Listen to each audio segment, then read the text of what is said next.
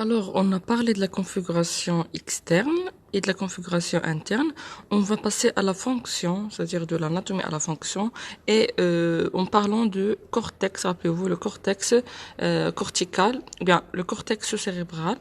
Alors là, on a plusieurs zones qui sont appelées les aires de Broca, qui sont numérées de 1 à 52.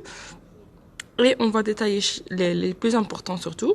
Selon les lobes, elles sont reparties selon les lobes. On a dans chaque lobe est spécialisé, on peut dire, dans une fonction, et on va détailler cette fonction.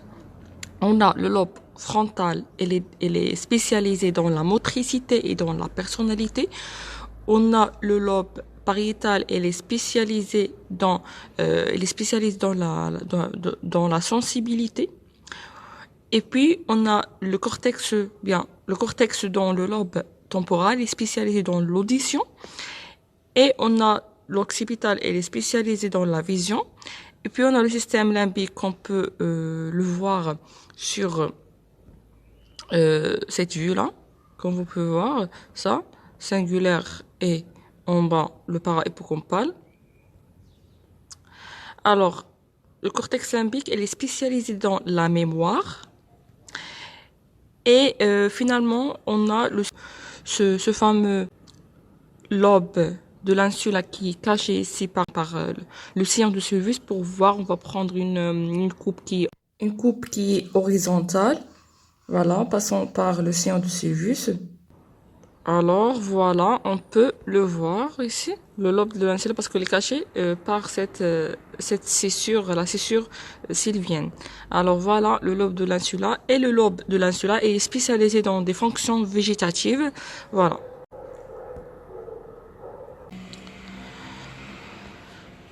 Alors, on va parler des aires de Broca, c'est-à-dire dans chaque lobe, on a plusieurs zones. Chaque zone est spécialisée dans une fonction. Alors, pour voir, on va colorer chaque zone, et on va parler d'un hémisphère cérébral parce que ce qu'on va apprendre pour un hémisphère, il est applicable pour l'autre hémisphère avec quelques particularités, on va les détailler. Alors, on a pris ici l'hémisphère cérébral gauche, et on va commencer par le lobe frontal. Alors, le lobe frontal, rappelez-vous, elle est ici en avant de ça. Normalement, c'est là le sillon central. Voilà. Tout ça, c'est de lobe frontal. Alors, le lobe frontal, on a dit, le mot-clé, c'est la motricité et la personnalité. En fait, on a des aires ici organisées pour plus de précision. On a celui-là, rappelez-vous, c'est il correspond à quel gyrus? C'est le gyrus précentral, ou bien le gyrus frontal ascendant. Voilà. Alors, ici, on va trouver ce qu'on appelle la zone 4 des zones de Broca, et c'est la zone motrice primaire. C'est très, très important parce que là, on va trouver les neurones, bien les corps neuronaux qui vont commander la motricité primaire, c'est-à-dire la motricité proprement dit, c'est-à-dire il va donner des ordres pour, par exemple, pour que la main bouge d'une telle manière, etc. Alors, c'est là que le cerveau, il va envoyer ses actions pour la motricité primaire, ou bien ce qu'on appelle également la voie pyramidale. Ça, c'est le point de départ de la voie pyramidale. Par la suite, toujours dans le lobe frontal et plus en avant, on va trouver ces deux aires ici qu'on va pouvoir là. Alors, ça s'appelle, ce sont appelés les aires prémotrices, et on va les voir sur d'autres images en 2D. Et selon on peut dire l'organisation de Broca, ces aires-là sont les aires prémotrices qui sont en avant de l'aire motrice primaire. Elle prend les nombres 6 et 8. Sinon, pour le 6, c'est un aire de ce qu'on appelle la régulation. Il va réguler la motricité primaire. Et ce qu'on appelle l'aire motrice secondaire. C'est-à-dire, il va pas commander d'une façon directe, on peut dire, la motricité, non. Mais il va assister, à la motricité primaire. C'est-à-dire, il va, on peut dire, assurer la finesse d'une telle action. C'est ce qu'on appelle les aires prémotrices ou bien les aires associatives. Voilà. Et puis plus en bas, cette aire-là, on va le détailler, ça va prendre le numéro 8, ça c'est 6, ça c'est 8.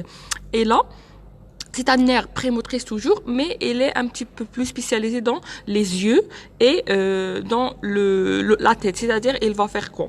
Il va coordonner la motricité des yeux et de la tête. Ça s'appelle, bien entendu, l'aire oculocéphalogyre. Voilà. Alors ça, c'est l'aire oculocéphalogyre. Et plus en bas, au niveau, rappelez-vous, ça, c'est F3, ou bien la circonvolution, ou bien le gyrus frontal inférieur. Là, rappelez-vous, on va trouver les trois. On a la tête, on a la tête, on a le corps, et puis on a le pied, plus en arrière. Surtout dans le corps et dans le pied, on va trouver un nerf très très important, c'est l'aire motrice de langage. C'est-à-dire là, pour parler, on va utiliser cette aire-là, cette zone, qui s'appelle l'aire de Broca, et qui prend le nom on a deux aires ici, deux petites aires, on a 44 et 45. Alors, peu importe, ce qui est important, ça, c'est l'aire de Broca. Et ça va assurer ce qu'on appelle le langage exprimé. C'est-à-dire, lorsqu'on parle une langue, on va utiliser cette aire, c'est-à-dire l'aire motrice de langage. Et une autre très importante, alors cette aire-là, chez les droitiers, c'est-à-dire la plupart des gens, elle est présente dans l'hémisphère gauche. Alors, chez les droitiers, leur hémisphère dominant, on a deux hémisphères droit et hémisphère gauche. L'hémisphère dominant chez les droitiers, c'est l'hémisphère gauche, parce que, bien entendu, la moitié, ou bien l'hémisphère gauche, il contrôle la moitié droite du corps, et l'hémisphère droit, elle contrôle la moitié gauche du corps. C'est-à-dire que chez les droitiers, ils vont utiliser surtout l'hémisphère gauche. Voilà. Et là, cette aire, et tous les aires de langage, on va voir, sont présents juste sur l'hémisphère gauche. Voilà, sur l'hémisphère gauche chez les droitiers. Et logiquement, chez les gauchers, ça va être localisé dans l'autre hémisphère, dans l'hémisphère droit, parce que leur hémisphère dominant, c'est le droit. Ça, appelez-vous l'aire motrice primaire, l'aire motrice secondaire, ou bien prémotrice, ou bien associative, et là, l'aire de Broca. Puis par la suite, plus en avant, on va trouver un nerf, voilà, qui on peut dire, il est vaste, parce qu'il va comprendre plusieurs petites zones ici, qui sont numérées de 9, 10, 11 et 12. Alors, cette aire-là s'appelle, ou bien ces aires-là prend le nom des aires préfrontaux, ou bien préfrontales, parce que, on veut pouvoir là, on a prémotrice en avant de l'aire motrice, et puis dans le pôle, au niveau du pôle antérieur, on a ce qu'on appelle les aires préfrontaux. Alors, ces aires-là, très très important. On a dit, rappelez-vous, on a dit que le lobe frontal, il assure la motricité. Alors, on a parlé de la motricité, tout ça, c'est de la motricité, soit de langage, soit généralement de corps, ou bien celles qui vont, on peut dire, associées à cette aire. Et puis, on a parlé de la personnalité. Alors, la personnalité va être assurée par l'aire préfrontale. Voilà, c'est un aire associatif comme pour l'aire associative ici, le motrice secondaire. L'aire préfrontale est très très important. Pourquoi? Parce que c'est lui qui va faire la différence entre les êtres humains et entre les animaux. Et là, il va faire quoi, cette aire préfrontale? Il va réguler les comportements, il va réguler certaines fonctions végétatives, comme par exemple la miction, et aussi il va réguler, il va contrôler nos comportements sexuels. C'est-à-dire c'est un aire très très important. Et il va construire, on peut dire, notre personnalité. Et là, elle va être située la zone qui va être responsable de la mémoire de travail, ou bien la mémoire de court terme qu'on utilise 24 heures sur 24 heures. Et là aussi, on va trouver la régulation de l'humeur, voilà, c'est-à-dire la régulation de la vie humaine, voilà, en général. Alors, on a dit, voilà, le lobe frontal, elle est aussi visible sur la face médiale, et là on va trouver la même chose, on va trouver le lobe, ou bien le cortex de zone, de la zone 4 de Broca, c'est la zone motrice primaire, puis la zone motrice secondaire. Plus en avant, et plus en avant, on va trouver le préfrontal, tout simplement. L'aire de Broca, elle est située sur la face latérale et non pas sur la face médiale. Et en bas, on va trouver surtout le préfrontal seulement. Voilà, préfrontal seulement en bas. Et voilà, on a fini avec les aires de Broca situées au niveau de l'aube frontale. C'est simple. Voilà, on a fini avec, on a dit avec le lobe frontal, voilà l'aire préfrontale, l'aire prémotrice et l'aire de Broca, et puis l'aire motrice primaire. Et en arrière, on a dit on va trouver bien le lobe pariétal. Le pariétal, c'est tout ça. Voilà, c'est tout ça. Et là, c'est un nerf spécialisé, on peut dire, dans la sensibilité. Et là, comme pour le lobe pariétal, on va trouver des aires primaires de sensibilité, des aires secondaires ou bien associatives. Alors, juste en arrière de sillon central, on va trouver l'aire post-centrale ou bien c'est tout simplement l'aire pariétal ascendant. Et là, ça va prendre, ça, selon la classification de Broca, ça va être l'air somesthésique primaire. Somesthésique, c'est par rapport à la sensibilité générale, c'est-à-dire le tact, la sensibilité de la chaleur, etc. Alors là, ça c'est l'air primaire pour la sensibilité, c'est-à-dire que là on va recevoir des accents qui viennent de la périphérie vers le centre, c'est-à-dire vers le cortex cérébral, pour ressentir. Voilà. Et puis, juste en arrière, là, on va trouver l'air domestique, mais secondaire, ou bien associative. Alors là, voilà, c'est l'équivalent de ça pour la motricité. Ça, c'est de la sensibilité. Et là, il va faire quoi, cette air? Il va interpréter ce que l'air motrice primaire ou bien l'air somesthésique primaire ressent. C'est-à-dire là, on va trouver les interprétations de cette air. Voilà, cette air, elle va ressentir et cette air, elle va faire quoi? Elle va interpréter. Alors là, j'ai oublié d'attribuer les nombres correspondants. Là, pour le cortex le cortex somesthésique primaire prend le nombre 3. On a juste ici 3, puis 1, puis 2. Et en arrière, c'est la même chose sur la face médiale. On peut voir que le 3 ici, voilà, pour le lobe, bien pour le cortex vers l'aire somesthésique primaire. Puis en arrière, on a les nombres pour le cortex sensoriel ou bien associatif. Ça va prendre le nombre de 5 et 7. Voilà, et on peut voir une partie là sur la face médiale que vous pouvez voir. On a un nerf très très important, c'est l'air de Wernicke. Alors il s'écrit Wernicke, mais ça s'appelle Wernicke. Alors là, ça prend le nombre 39 et 39 et 40, et là ça va correspondre à l'air, rappelez-vous, là au niveau de P2, ou bien le pariétal inférieur, on va trouver le supramarginal. C'est-à-dire au niveau de supramarginal, on va trouver un nerf qui va recevoir les sons, c'est-à-dire le langage parlé, surtout le langage parlé, et il va l'interpréter. Alors ça, c'est l'air de langage exprimé, bien parlé. Ça, c'est l'air de langage compris. Voilà. C'est-à-dire là, on va comprendre ce que les personnes nous disent. Voilà. Et là, on va parler. Là, on va comprendre, on va entendre et comprendre, et c'est logique parce que là, c'est l'ère de la sensibilité, c'est-à-dire elle va recevoir des informations, là, elle va envoyer des informations. Voilà, l'ère de Wernicke 39-40. Et voilà, ça appartient toujours aux aires sensorielles associatives, tout simplement l'aire somesthésique secondaire. Tout ça, c'est secondaire, ça, c'est primaire, et l'aire de Wernicke. C'est-à-dire les mêmes choses. On a beaucoup de similarités avec l'aube frontal. Voilà, somesthésique, ou bien ça, c'est motrice primaire. Motrice secondaire avec, ça, c'est Broca, et ça, c'est Wernicke. Et le préfrontal qui s'ajoute. Alors, puis on va passer au temporal. Alors là, on a dit le temporal, c'est l'audition. Et dans le temporal, voilà. Alors là, c'est surtout, on a quoi dans le temporal? On a l'audition.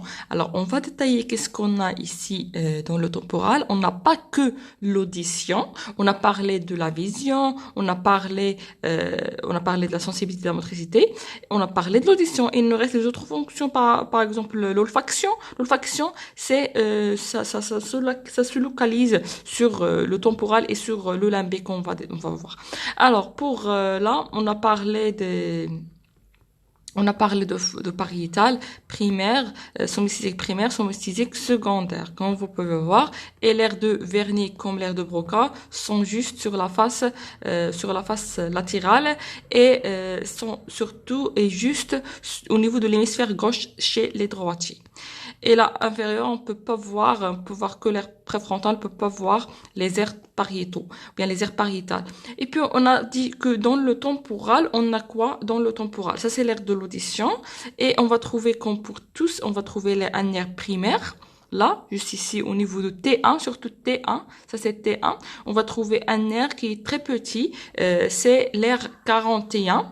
Voilà, ça c'est l'air de l'audition primaire, c'est-à-dire là, on peut dire entendre les sons de l'extérieur. Pour les interpréter, on va avoir des aires auditives secondaires ou bien associatives qui vont prendre le nom. Ça c'est 41. Voilà, ça c'est 42 et 22. Alors, 42 et 22, ce sont les 42 et 22, ce sont des ondes qui vont assurer l'interprétation des sons reçus par le cortex, par ici, par le 41. Ça c'est 42, ça c'est 22. Alors ça c'est concernant T1, c'est-à-dire T1 c'est l'air qui va c'est le gyrus qui va qui va présenter la fonction de l'audition proprement dite, voilà, primaire et secondaire. Ça c'est T1. Sous T1, on va trouver, rappelez-vous, T2 et T3. Alors, dans T2 et T3, là, on va trouver le 20, selon les aires de Broca, on va trouver l'air 20 et l'air 21. Et là, l'air 20 et l'air 21, c'est pas pour l'audition, même c'est sur T, mais on a ce qu'on appelle, ce sont des aires de la reconnaissance des visages. C'est-à-dire, là, on va voir pour le lobe temporal, là, on va recevoir des informations visuelles, c'est-à-dire, on va voir. Mais pour reconnaître ce qu'on voit sur tous les visages, c'est dans l'aire temporale, surtout 20 et 21, c'est T1 et au niveau de T2 et de T3. Et on a parlé de l'audition, on a parlé ici de l'audition, voilà, et il nous reste l'olfaction. Alors l'olfaction, elle est là. Alors l'olfaction, elle est pas très développée chez les êtres humains. Par contre, pour les animaux, c'est un sens qui va prendre un lobe, c'est-à-dire un lobe qui est dans les animaux, dans leur cerveau, on a un lobe qui est spécialisé juste pour l'olfaction. Voilà, c'est ce qu'on appelle le lobe rénal, mais là, chez les êtres humains, l'olfaction, elle est réduite, on peut dire, et l'air qui va être responsable de l'olfaction, elle est petit par rapport aux autres aires, parce qu'on n'en a pas besoin. Sinon, voilà, ça, c'est l'air de l'olfaction.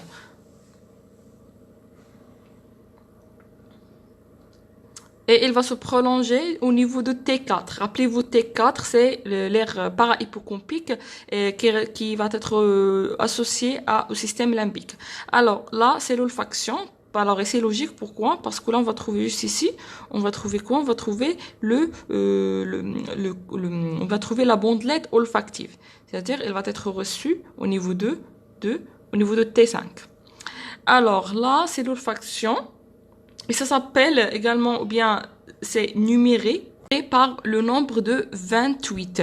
Et même s'il est présent ici, mais normalement, c'est surtout au niveau de T5 ou bien para-hippocampal. Ça appartient toujours au lobe temporal. Ça, c'est 28. C'est l'olfaction ou bien l'air olfactif. Ça s'appelle également l'air entorhinal. C'est au niveau de T5. Puis, on a fini avec le lobe temporal. Alors, on a l'audition. Voilà. L'audition primaire et secondaire. On a la reconnaissance des visages. Et on a l'olfaction au niveau de T5. Parlant de le lobe pariétal, le lobe temporal, on peut le voir aussi sur la face inférieure, mais on peut voir surtout T2 ou bien T3 et T4, c'est-à-dire T2 ici, c'est-à-dire les aires visuelles, on peut dire. Et pour l'aire de l'audition, elle est juste visible sur la face latérale, comme vous pouvez voir. Alors, l'aire olfactive, elle est surtout sur la face interne parce que elle est présente sur T5 ou bien l'aire para-hippocampale. Et là, parlons de l'aire para-hippocampale, on va passer au lobe limbique, c'est très important. Là, on va trouver et l'olfaction et la mémoire parce que l'olfaction est très liée à la mémoire. Alors, on a le cortex limbique qui va englober les deux gyrus. On a un gyrus, voilà, le gyrus singulaire et le gyrus para-hippocampal ou bien T5. Alors là, les choses sont simples. Ces deux jurys vont. On a grâce au circuit de Papez qu'on va détailler, ou bien le circuit tout simplement de limbique, c'est le circuit de la mémoire à long terme. Grâce à ce circuit, ce lobe-là, il va assurer la mémorisation à long terme, c'est-à-dire la mémoire à court terme reçue c'est en premier au niveau de lobe préfrontal. Il va être, stocké dans le lobe limbique, surtout dans l'hippocampe. Alors l'hippocampe, c'est tout simplement, ça appartient au cortex cérébral, c'est-à-dire la substance grise. Mais elle est juste ici, elle est séparée de lobe T5 par le sillon de l'hippocampe juste ici. Alors on va détailler tout ça sur des images en 2D, on va parler du circuit de la mémoire plus tardivement. Alors voilà, on a parlé de lobe frontal, pariétal, temporal, limbique. On va passer au lobe, ce lobe qui est très simple, le lobe occipital. Là, le mot-clé de lobe occipital, c'est la vision. Et on a la vision primaire et puis la vision secondaire. La vision primaire, c'est 17. On peut bien la voir, surtout, il va entourer la scissure calcarine, c'est celle-là. Voilà, ça c'est 17, c'est-à-dire c'est là, on voit ici, on voit ce qui est à l'extérieur de notre corps sur 17. Et puis pour l'interprétation, on va le faire par les cortex qui entourent le D7, c'est 18 et 19. Ce sont des aires visuelles associatives ou bien secondaires tout simplement. On a le secondaire et on a en haut, on a le tertiaire, voilà. Et toujours la vision, on a partie de lobe temporal qui va assurer la reconnaissance des visages. Et voilà, on a fini pour les aires de Broca, c'est simple. Alors, on a le lobe frontal, on a le lobe préfrontal, prémotrice, avec le Broca et motrice primaire, puis on a sensitive primaire, sensitive secondaire et l'aire de Wernicke. Et il ne faut pas oublier également, dans le temporal, on a la reconnaissance des visages, on a l'aire de l'olfaction, on a l'aire de l'audition, primaire et secondaire. Et pour le temporal, on a la vision tout simplement, voilà, la vision primaire, secondaire. Et limbique, il ne faut pas l'oublier, on n'a rien que la mémoire et l'olfaction surtout, qui est très attachée à la mémoire. Et ce qu'il faut retenir, c'est, nous reste le lobe. Quel lobe? Le lobe de l'insulant, c'est très simple, c'est un lobe qui est végétatif, on va pas le détailler. Alors, on a parlé de l'olfaction, on a parlé de l'audition, de la vision, du tact, ou bien de la sensibilité générale. Et il nous reste le goût. Alors le goût, l'aire gustative, elle est située, vous pouvez le deviner dans dans le lobe de la sensibilité, c'est-à-dire dans le lobe pariétal, surtout ici. Alors là, ça prend le nombre 43. C'est l'aire gustative, elle est située au niveau de P1, de la partie inférieure, au niveau de la base, on dit qu'il est situé au niveau de la base de pariétal ascendant. Alors normalement là, elle doit être située ici au niveau de lobe pariétal. Ça c'est l'aire gustative, voilà. Alors ça, ce qu'on peut voir sur la surface, ce qu'on a étudié, c'est juste un tiers de la surface réelle qui est cachée, on peut dire, par les sillons que vous pouvez voir là. Ce qu'on peut voir ici, c'est un tiers de toute la surface réelle de l'hémisphère cérébral. Dans cette surface, à la périphérie, on va trouver un cortex qui s'appelle le cortex cérébral. C'est rien que la substance grise, c'est-à-dire les corps cellulaires. Les corps cellulaires, ils vont envoyer leur axone, c'est-à-dire la substance blanche pour rejoindre les organes dans la périphérie, passant par le tronc cérébral, la moelle épinière, etc. Alors, qu'est-ce qu'on va étudier? C'est celle-là. C'est le cortex cérébral. Alors voilà, si on fait un zoom, Un zoom ici, au niveau du cortex cérébral, on va trouver des corps cellulaires, plusieurs neurones, on a plusieurs couches de neurones. On a une couche là qui est, on peut dire, qui est dépourvue, on n'a pas de cellules ici, ça s'appelle la couche moléculaire. Puis on a des couches où on va trouver soit les cellules pyramidales, ce sont les cellules, on peut dire, neuronales surtout de la motricité, et puis des cellules que s'appellent les couches granulaires qui contiennent les cellules granulaires qui sont spécialisées pour la sensitivité, etc., etc., etc. Au total, on a 6 couches et selon la répartition et la proportion de ces cellules, c'est-à-dire granulaires pour la sensibilité et pyramidale pour la motricité. Voilà, selon la répartition de ces deux types cellulaires, soit granulaire ou bien pyramidal, on va trouver des zones sur le cortex où on a des cellules granulaires qui sont supérieures ou bien qui dépassent le nombre des cellules pyramidales. C'est ce qu'on appelle les cortex de la sensibilité et ce sont des cortex sensoriels aussi, c'est-à-dire l'audition, l'olfaction, etc. Et on a des autres zones qui sont, on peut dire, spécialisées dans la motricité. Pourquoi? Parce que sont glissent surtout en cellules pyramidales. Et on a des autres zones dans lesquelles on va trouver un équilibre dans les nombres entre les cellules granulaires et les cellules pyramidales, c'est-à-dire ce sont les aires secondaires ou bien les aires associatives qui vont on a deux types, on a eux pour la sensibilité et d'autres pour la motricité, qui vont pas assurer les fonctions principales de la motricité et la sensibilité, mais ils vont aider, ils vont assister les aires primaires, on peut dire, c'est-à-dire les aires spécialisées soit dans la motricité, soit dans la sensibilité. Alors, on a dit qu'on a dans la cortex cérébral, on a 6 couches qui vont être différentes selon la fonction de cette aire, de cette zone de cortex. On a la couche moléculaire, c'est la première. On va trouver la primaire. Puis, on va trouver la couche moléculaire. Puis, on a la couche granulaire externe. On va trouver les cellules granulaires, ce sont les cellules de la sensibilité. Puis, la couche pyramidale externe, on va trouver les cellules pyramidales. Et puis, on a la couche granulaire interne. Cette fois-ci, on va trouver des cellules granulaires, toujours pour la sensibilité. Puis, la couche pyramidale interne, on va trouver les cellules pyramidales. Et puis, la dernière couche, c'est la couche fusiforme. Voilà. Et ici, on va trouver les axones pour la substance blanche. Voilà, ces 6 couches sont juste ici. Ça, c'est la primaire. Comme vous pouvez voir là, on va trouver en dehors de ces 6 couches, en bas, on va trouver la substance blanche. Alors, on a dit que la répartition, ça diffère selon d'une zone à une autre dans le cortex. Et selon sa répartition, on va décider, on peut dire, de type de la fonction de ces cellules. Par exemple, pour les cortex moteurs, primaires surtout, on va trouver on peut dire une prédominance des cellules pyramidales. Et puis, voilà, cellules pyramidales, comme vous voyez là.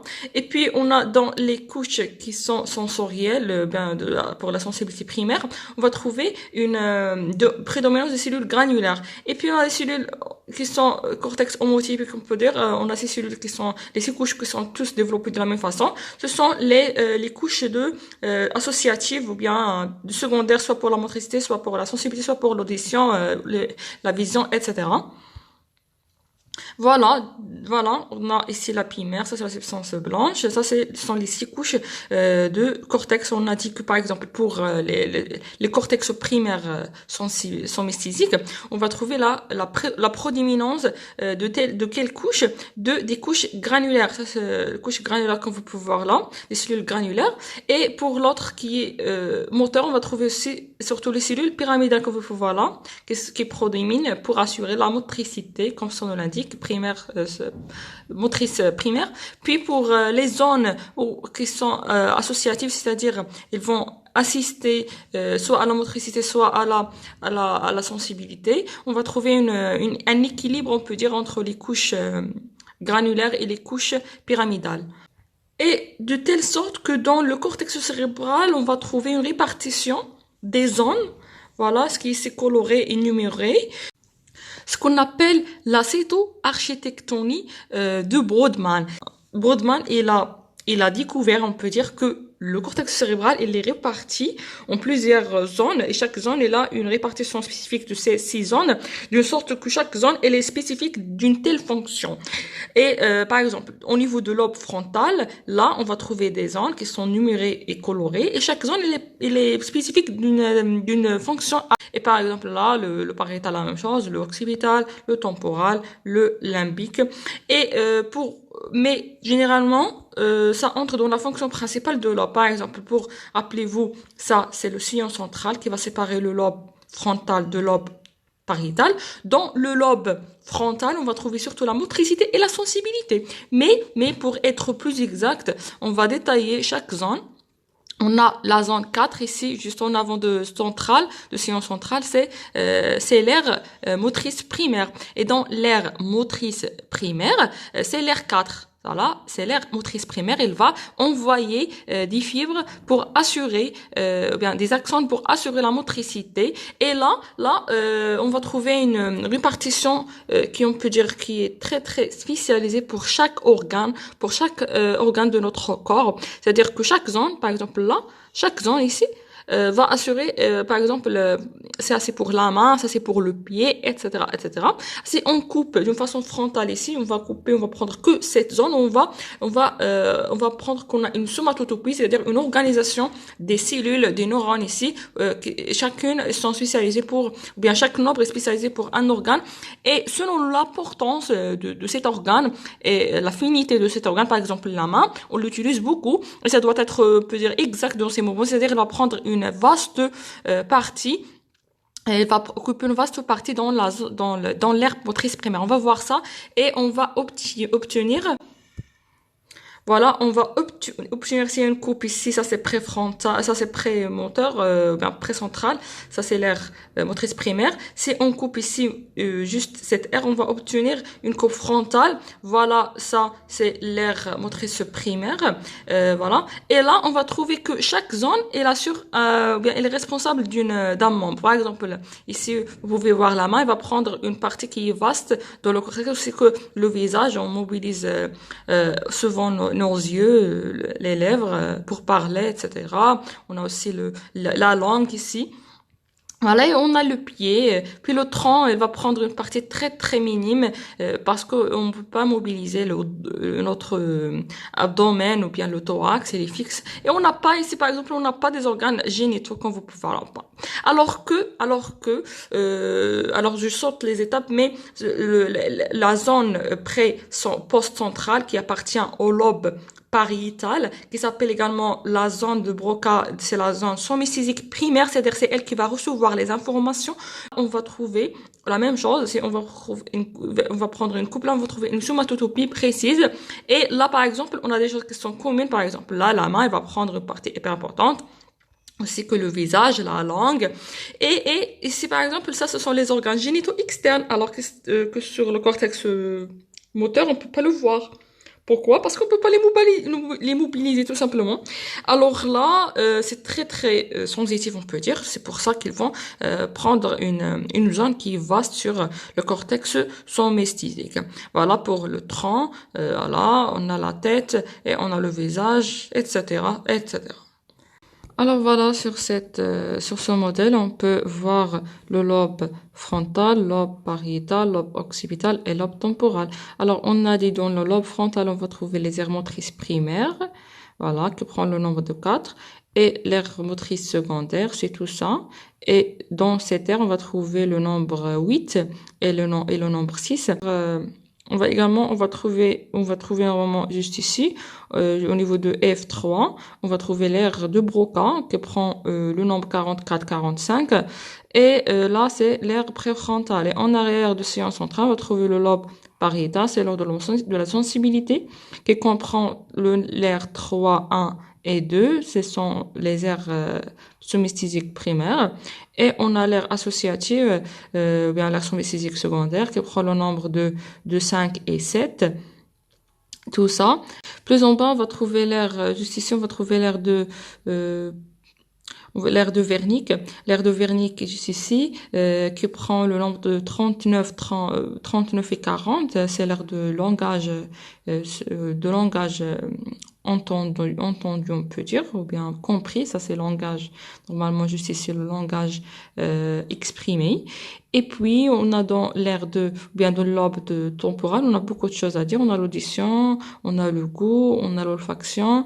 Alors pour l'audition, on a l'aire primaire et l'aire secondaire. L'aire primaire c'est tout simplement 41, et puis secondaire c'est 42 et 22. Et on a aussi là 20, l'air 20 et 21, c'est pour la reconnaissance de visage. Et là, on va trouver l'air 28. Le 28, c'est pourquoi? C'est pour l'olfaction qui se prolonge dans la face médiale. Voilà, au niveau de T5, c'est l'olfaction. Et puis, on va trouver l'air de...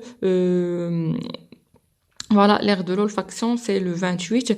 Et on a oublié pour le lobe pariétal, on a aussi l'aire gustative. Ici, au niveau de la base de l'aire primaire, de l'aire somesthésique primaire, on va trouver là.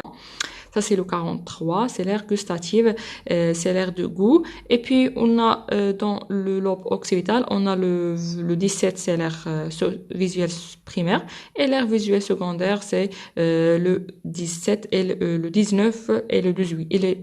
Et le 18. Parlons de l'olfactif ici au niveau de T4, on va trouver, au niveau de T4 normalement ici, on va trouver l'hippocampe. Alors l'hippocampe, c'est quoi? Voilà, l'hippocampe, il est ici caché il est situé dans la face médiale et il est caché, il est enfoui dans le T5, c'est-à-dire le gyrus temporal, le para-hippocampal. Voilà, l'hippocampe, c'est tout simplement, c'est une substance grise qui est située au niveau de T5. Alors là, il va assurer surtout la mémoire de long terme. Ça appartient au lobe limbique. Lobe limbique, on a le gyrus singulaire qui se prolonge en arrière et en bas avec le T5, ici le T5 qui appartient au temporal. Ils vont assurer la mémoire à long terme, mais aussi ils vont contrôler les émotions selon un circuit qui est le circuit de Papez. Le circuit de Papez, il contient quoi? Il contient et le lobe limbique et les autres structures juste ici au niveau de l'encéphale, on va le détailler. Alors là, les composantes du système limbique. On a parlé de gyrus singulaire. On a ça, c'est le gyrus, quel gyrus? Le gyrus para-hippocampal qui va contenir l'hippocampe et aussi l'amygdale. Alors l'amygdale, c'est un noyau central qui appartient aussi au système limbique. Et il faut pas oublier, on a le fornix qui va lier quoi? Qui va lier le corps mammillaire, ça c'est le corps mammillaire, ça c'est le fornix en jaune. Il va lier chaque pilier de cornix, il va lier un corps mammillaire à quoi? À l'hippocampe de même côté. Comme vous pouvez voir ici, on a le thalamus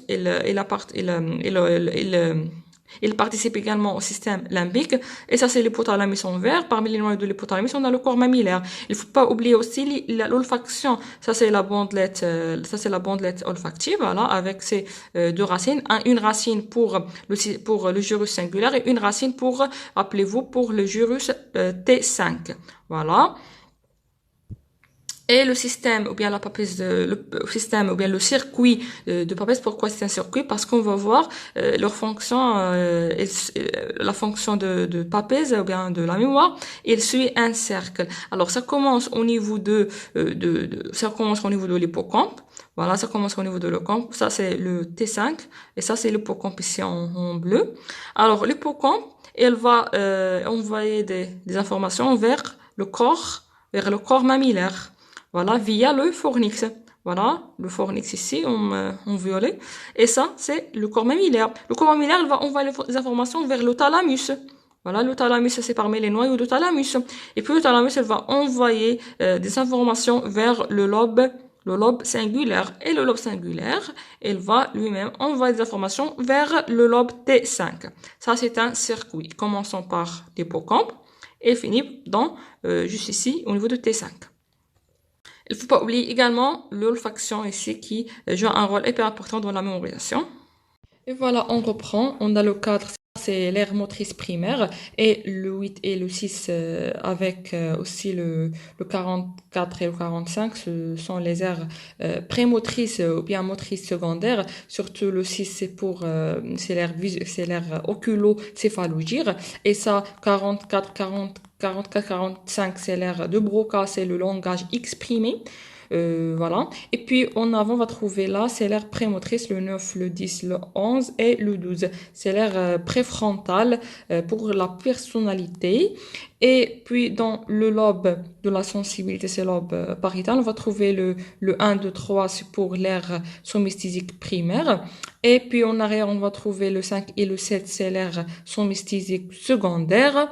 Voilà. Et plus en bas, on va trouver, au niveau de P2, on va trouver le 40 et 39 pour, c'est l'aire de Wernicke. C'est langage compris.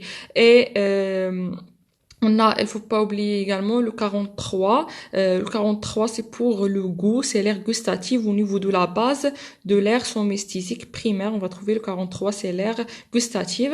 Et voilà, on a fini avec l'aire pariétale. On a l'aire temporale très important. Et là, sur l'audition, par le 41, c'est l'audition primaire et l'audition secondaire par 42 et 22. Et on a aussi la reconnaissance des visages assurée par T2, T3, c'est-à-dire 21 et 20. Au niveau de T5, on a le 38, on peut le voir également le 33 sur la face médiale et là surtout l'olfaction parce que là on va trouver la bandelette olfactive au niveau de la face inférieure de l'aube frontal, voilà. Et on a parlé voilà, on a fini avec le lobe de l'audition, c'est celui-là, lobe temporal. Et on a parlé également de lobe limbique, voilà, qui assure avec le lobe de l'olfaction le T5. Et il assure quoi? Il assure la mémorisation à long terme. Et finalement, le lobe occipital, c'est simple. On a le 17, c'est l'aire visuelle primaire. 18, c'est l'aire visuelle secondaire. Et 19, c'est l'aire visuelle tertiaire qui va entourer 18. Et puis 18, il va entourer le 17. 17 est situé au niveau du sillon ou bien au niveau de la scissure calcarine.